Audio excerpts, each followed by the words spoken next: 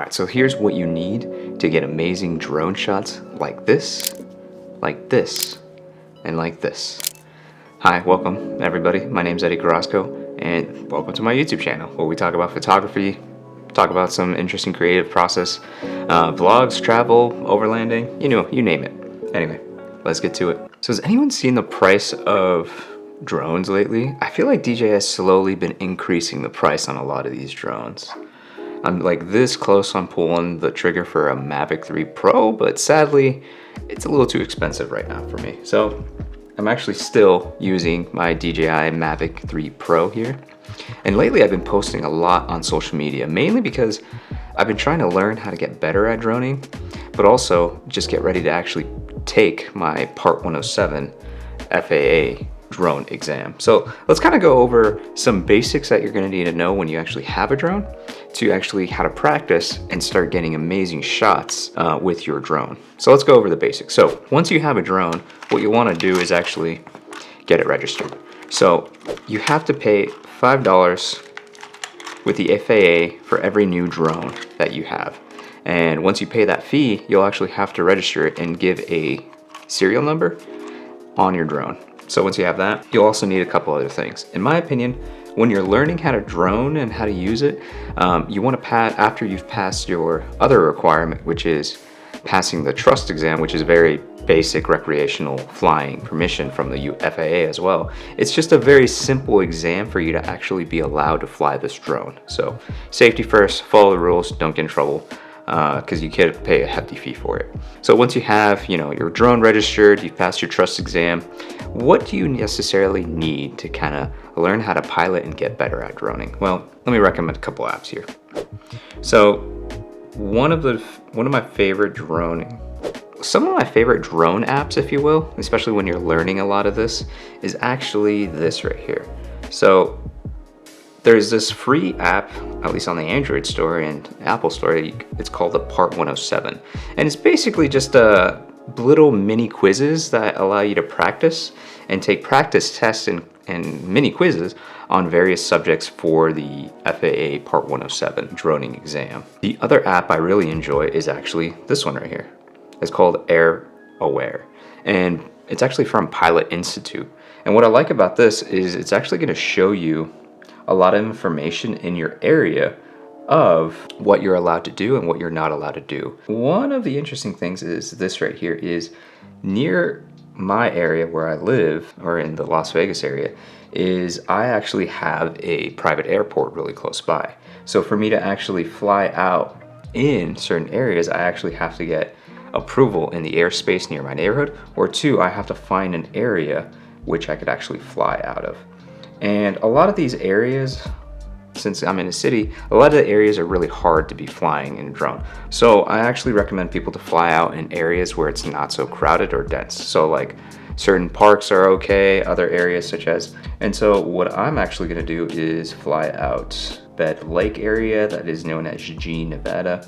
And I'm actually gonna be flying out there a little bit later, just because it's very sparse area. Don't have to worry about the drone, don't have to worry about people, don't have to keep in mind about altitude regulations, none of that. It's just easier to be flying in sparse area, which kind of brings me to the next point is fly your drone in areas that are very sparsely populated or very rural areas. The reason for that is one, not many obstacles out there. Two, freedom to actually be flying this under proper regulation, and three, less people bugging you about your drone. And this is one of the unfortunate sides is when you have a drone is a lot of people are actually going to hear it and come and bother you, which is fine, but if you're trying to pilot and practice, it gets very difficult to be doing that. So let's actually go out there and start practicing. So let's actually go to the park and start taking some video and photos and kind of showcasing why I suggest people to actually practice to actually fly their drone.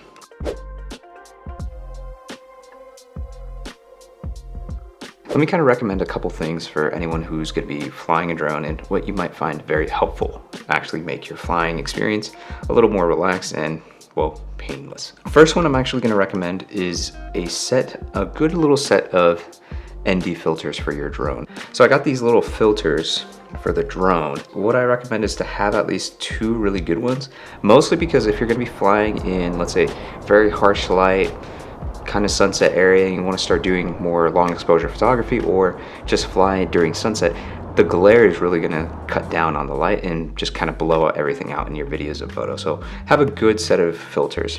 The other thing I'm going to recommend is extra batteries.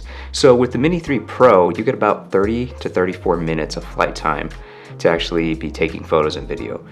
Depending on how aggressive you fly or what you're doing, that could be cut down. So what I would actually recommend is having at least 1 spare or 2 spare batteries when you're actually out flying. And the other thing I would recommend, if you are going to be flying out during sunset or blue hour or golden hour, you have to keep in mind what civil twilight and civil sunset or civil twilight is.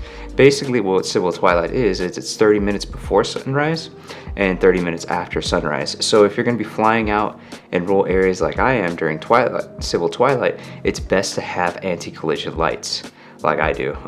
It's just for safety reasons, as well as if you do have permission to fly at night, you need to, by law, actually have anti-collision lights when you're flying. The park, I couldn't capture too much footage, so what I decided to do is kind of just narrate over this.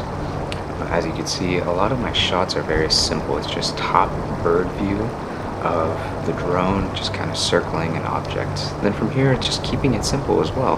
Just getting some very simple linear shots in motion as well of the park. Remember, the key with droning is that you want to use the drone for video photos to kind of give just a different perspective, usually a bird's eye view, or kind of reveal the landscape in a different way, or get shots that you couldn't get necessarily from, let's say, if you were just standing by the shore in this case, or getting shots of the bird from a distance, or kind of just adding motion as you're flying around in the lake. So that's kind of the goal of this area, is use the drone to kind of get different perspectives of the area you're trying to reveal. It's later in the evening. I shot everything at this point, and basically what I'm going to do is just kind of narrate a little bit of what I did out in the Jean Lake area. So we're out here in Jean, Nevada, and sunset is basically finished. We have about 30 minutes now to actually get a couple shots.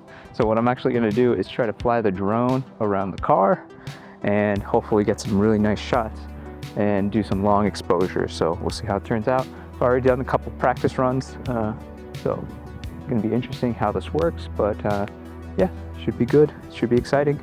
See how it turns out. So when it's actually civil twilight, you don't have a lot of time. You got about 30 minutes to get shots in before it gets way too dark. And as you can see, I was kind of just doing some practice area, just trying to get an idea of how I'm going to photograph and take photos of the car. Then from there, I kind of just practiced a little bit before it got too dark and just kind of did some very simple orbital shots. That was kind of the goal here, was just get an orbital shot, because what I'm going to do is get a HDR image of several shots of the drone with various lights to see what I could get. And as you could see, as it got darker, I had to put a light on top of the car because it was very difficult to see what I was actually doing. And so putting a light on the car, even though I don't have too much light, really helped me to actually kind of get the orbital shot I was looking for. And just before, 10 minutes just before it got too dark, as you could see, it wasn't the best in light, but I did what I could, did my long exposures.